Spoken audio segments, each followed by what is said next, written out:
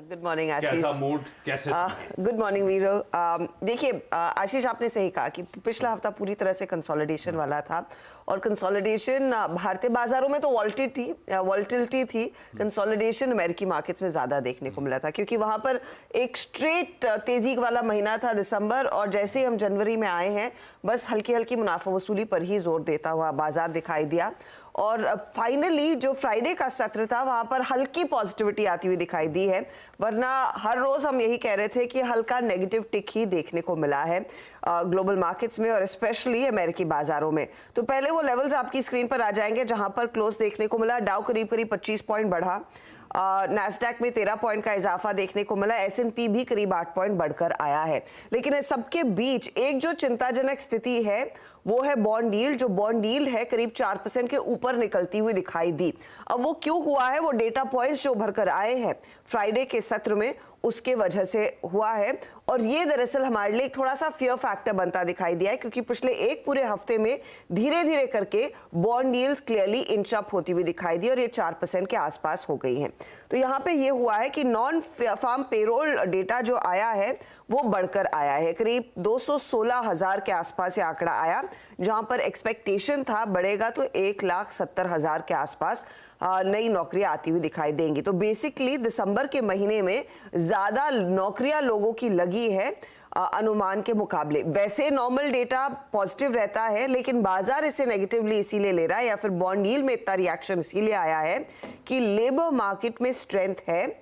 ऐसी स्थिति में अब डर ये बन गया है कि फेडरल रिजर्व अपने जो रेट कट्स जो 2024 के लिए उन्होंने पहले अनाउंस किए थे वो कुछ डिले करते हुए दिखाई दे सकते हैं।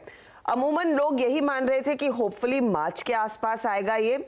उसके बाद पिछले हफ्ते के पूरे कंसोलिडेशन वाले मामले में फिर लोगों की ये राय बनती हुई दिखाई दी कि जून में आता हुआ दिखाई देगा। लेकिन अगर ऐसे ही जॉब डेटा आते हुए दिखाई दिए तो डर यही है कि फेडरल रिजर्व किसी भी जल्दबाजी में रेट कट करने के लिए सामने नहीं आएगा।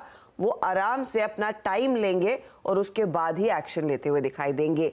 ये एक चीज है जो दरअसल बॉन्ड यील्ड को ड्राइव कर रही है और ओवरऑल सेंटिमेंट उसी के चलते थोड़ा सा नरम पड़ता हुआ दिखाई दिया है। दूसरी तरफ हो क्या रहा है कि नैस्डैक में जो तेजी देखने को मिली थी पिछले पूरे साल, वहां पर अच्छी खासी प्रॉफिट बुकिंग हो रही है। पिछले हफ्ते भी यही हुआ था, पिछले सेशन में भी यही हुआ कि एप्पल जैसे स्टॉक्स और दूसरे टेक स्टॉक्स में हमने देखा है कुछ मुनाफा वसूली होती दिखाई दी। तो वो एक और चीज है जो लार्जली एक ओवरहैंग बनी हुई है अमेरिकी मार्केट्स पर।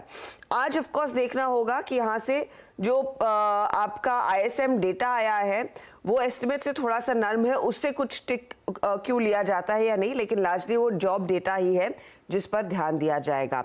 साथ ही साथ जो आप मेंशन कर रहे थे कच्चा तेल क्लियरली 79-80 के आसपास होवर करता हुआ दिखाई दे रहा है। एक तरफ रेड सी में हूती स्ट्राइक्स हो रही है जहां पर अमेरिका ने कहा है कि देखिए अगर आप संभल कर नहीं चलेंगे तो हम बड़ा एक्शन लेते हुए दिखाई देंगे। दूसरी तरफ जो गाजा स्ट्रिप में हो रहा है, US सेक्रेटरी ऑफ स्टेट दरअसल एंथनी बिल्किन एक दौरे पर इस हफ्ते निकल रहे हैं। फोकस तो उनका ऑफ कोर्स ये हमास और इजराइल की लड़ाई पर किसी तरह से लगाम लगाने का है, लेकिन ये जो रेड सी में भी ऊपर हमले लगातार होते दिखाई दे रहे हैं उस पर भी कुछ बयान आते हुए दिखाई दे सकते हैं। तो कच्चा तेल एक इंपॉर्टेंट कमोडिटी रह सकती है आज ट्रैक करने के लिए।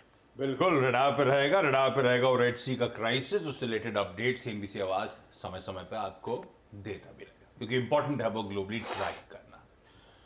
खैर, तब और आपकी फर्स्ट और सेकंड प्लेट दोनों रख देता हूं आपकी स्क्रीन पे। इक्विटीज जहां छोड़े थे यूएस के फ्यूचर्स, उससे हल्के ही ऊपर कामकाज करें। तो लार्जली जो प्राइस दिन था वैसे ही बहुत कुछ बिहेवियर यूएस का देखने को मिला।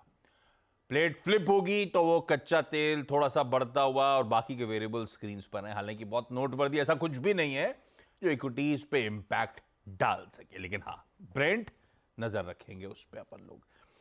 एक और इंटरेस्टिंग, संडे को वो मेरे ख्याल से कांग्रेशनल लीडर्स के बीच में वो डील एस्टैब्लिश हो गई है। पोटेंशियल गवर्नमेंट शटडाउन इस महीने के एंड पे होने का जो खतरा मंडरा रहा था, इस बार समय से काफी पहले सहमति बन गई है। मेरे ख्याल नीरज वाजपेयी वही गए हुए थे। $1.5 ट्रिलियन की टॉप लाइन स्पेंडिंग को मंजूरी आती हुई, पर उसका कोई फ्यूचर्स पे खास इंपैक्ट है नहीं। तो शायद लार्जली स्ट्रीट मान के चल रहा था कि हमेशा की तरह कि कोई खास दिक्कत आएगी नहीं। खैर, यह है ग्लोबल मूड। एक और वीरू के पास जाऊं उससे पहले हम सबके सेंटिमेंट्स और इंप्रूव करने के लिए हेडलाइन में मेंशन था वो जो एनएसओ नेशनल स्टैटिस्टिकल ऑर्गेनाइजेशन ने FY24 का पहला एडवांस जीडीपी एस्टिमेट सामने रखा है। 7.3%, स्ट्रीट एक्सपेक्टेशन से बेहतर। आरबीआई के खुद के एस्टिमेट 7% से बेहतर, और पिछले साल 7.2% की ग्रोथ आई थी। इस बार 7.3% की बात है। अच्छे वो जीडीपी के आंकड़े एनएसओ की तरफ से आते हुए। लेकिन चलिए